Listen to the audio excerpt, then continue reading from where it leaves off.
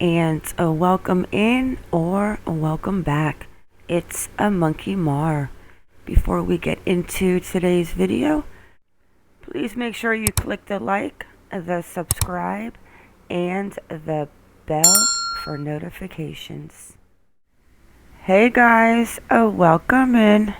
We have a new update on Michael Vaughan. Well, not actually a new update, but Michael Vaughan's mom, Brandy Neal, comes out and speaks again on camera, but with a private news station at her house. Where is Michael Vaughan, mother of missing Fruitland boy, urges people to share his story. Brandy Neal, her family, and the Fruitland community have been searching for the 5-year-old Michael Vaughan since July 27th, 2021. Let's go ahead and listen to this video, and then I am going to touch on a few points in this article that I find to be a contradiction, and I'm just not knowing what to feel about what happened to Michael Vaughan. And with that, guys, and let's get into it. It's been nearly 5 months since little Michael Vaughan, a 5-year-old boy from Fruitland, was first reported missing. Search efforts and investigations into where he could be, might be, continue. Tonight, his mother, speaking to us tonight, believes her son was abducted and is asking that he will be returned safely home. She sat down with our Tristan Lewis for the first time. And Tristan, you've been on the story since it first broke back in the summer, and she says she is not giving up hope. Yeah, Mark and Kim, Michael's mother, Brandy Neal, says pure panic and fear is what went through her mind when she found out Michael was missing. And while she and her family are working to be more present, there is not a moment that goes by she does not think of him. The detective and the captain brought this over yesterday. Generosity is something Brandy Neal and her family have seen a lot of in the past few months. We always put the Christmas tree up as a family and decorate it together. It's always something we do, and talking with the older kids the day before yesterday, we weren't going to put it up this year. A donated Christmas tree from Fruitland High School students on Tuesday, decorated with ornaments, another act of kindness from a community shaken by the disappearance. And so this was a blessing. A blessing, but what she is really looking for is a clue to what happened to her son. I don't even know how to explain how you do it every day, how you keep going, but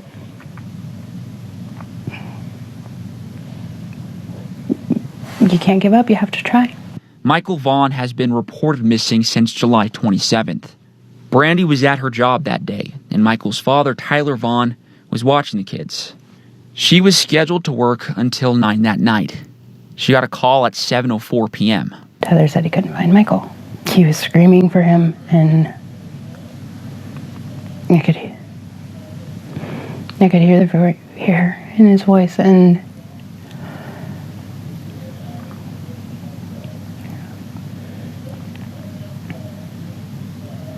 I froze at the moment. My coworker saw me, and it's like, go.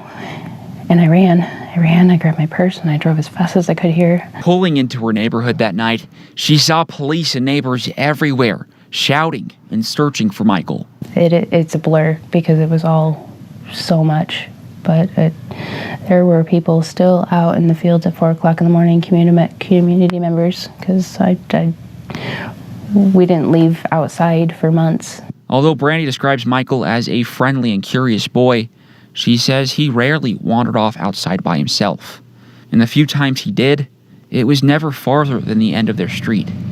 The feeling was that he may have wandered, but I didn't believe that. Today, what do you think? I believe my son has been abducted. I believe somebody took him. Not a second goes by Brandy does not think about Michael. Even those few moments she's enjoying time with her family or watching her other kids' activities at school, she said she feels some guilt. There was some jokes made, and I got very emotional. And my beautiful daughter, Mama, it's okay not to live in sadness all the time. Like, she told me that she's like, it's not good for us to live in sadness all the time. And she's right. And she said, it's not that you're not thinking about him and we're not thinking about him, but we gotta try, Mama. I said, okay. While she tries to live in the present more, her desire to find Michael stays just as strong. She continues to ask everyone to continue to share Michael's story. Because somebody has to know something. Somebody has to have seen something. And you just try to keep pushing forward. Brandy and her family thank everyone who has been there for them throughout the past few months, and she says they continue working with the Fruitland Police Department, who, she says, at this time has become more like family to her. And Mark and Kim, getting Michael's name and picture out there nationwide is what she's working to accomplish. And anyone with any information, again, is asked to contact the Fruitland Police Department. It's heartbreaking, and I know so many people right now are praying to give her strength and her family strength as she's going through this. It's just so difficult to hear. Unthinkable. Yeah. Yeah. Tristan. Nobody's going to give up hope for sure. Tristan, thank you. I don't know what to think about little Michael Vaughan, but I do know that there are some discrepancies going on, and I'm not sure of what it is, but let's go down. We all know this and everything that she just said in the video. Here we go. Neal was at work on the 27th while Michael's father, Tyler Vaughan, was watching the kids. Neal said Tyler left the room Michael was in for a brief moment, and when he returned, Michael was gone.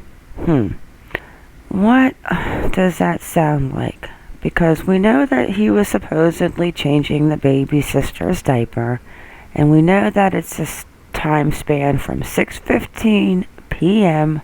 to 7 p.m. that Michael could have gone missing. Although Neal describes Michael as a friendly and curious boy, she said he rarely wandered off outside by himself. Nearly every time he would go in the front yard, he would be accompanied by a parent or his older siblings. The few times Michael did venture off by himself, it would never be farther than the end of their street. Well, that's a big gap from not wandering off to going to the end of the street. We're going to have a look at that real quick. And then Brandy goes on to say somebody has to know something. Somebody has to have seen something, and we just try to keep pushing forward. They're thankful for everyone who has been there for them throughout the past few months, and those who continue to share Michael's name and picture. She hopes the story will continue to reach new people. How come we don't have protesters outside of their house asking them where Michael is? Something is not right. I know the police are still looking for a couple of suspects. We'll get into that. Well, not even suspects.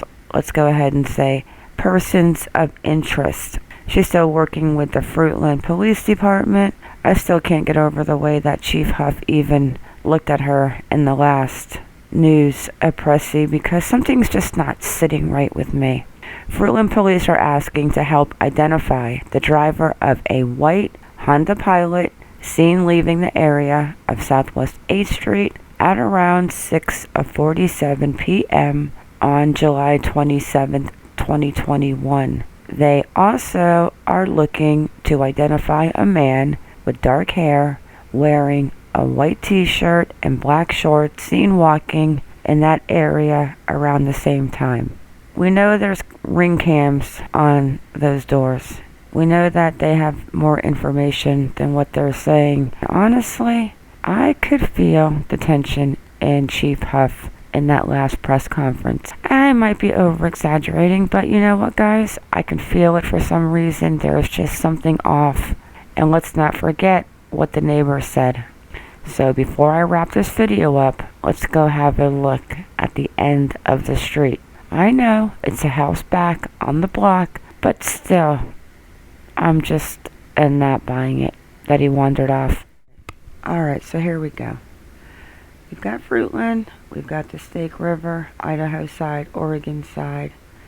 We know little Michael Vaughan lives right here. This is where he went missing. This is actually September of 2021. They updated it.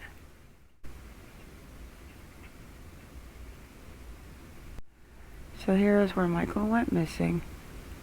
And supposedly, she said, if he would go out, he would make it to the end of the block. You see, even the fields are different now. And we know the lady that lives in this corner house said that she would see Michael outside all the time.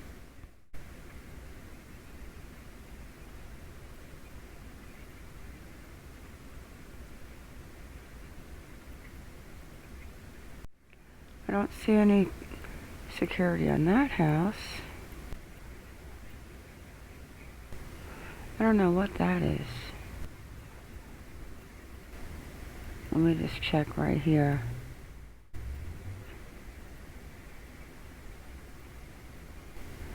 Alright, that is going to do it for this video, guys. Make sure you drop your comments because I am definitely going to touch on the comments. We have to remember that it was light out at that time because it doesn't get dark until late in the summer. What is that? I bet you they know more. And they're still looking for those two people of interest driving the pilot and the man with the dark hair walking. And he was supposedly walking down this road. Alright guys, that is it for this video. And with that, it is a wrap. I want to thank you all for coming in. Thank you for watching. Please like or dislike, whichever you prefer, and subscribe. Everyone have a good day or a good night wherever you are in the world, and stay vigilant. I am out.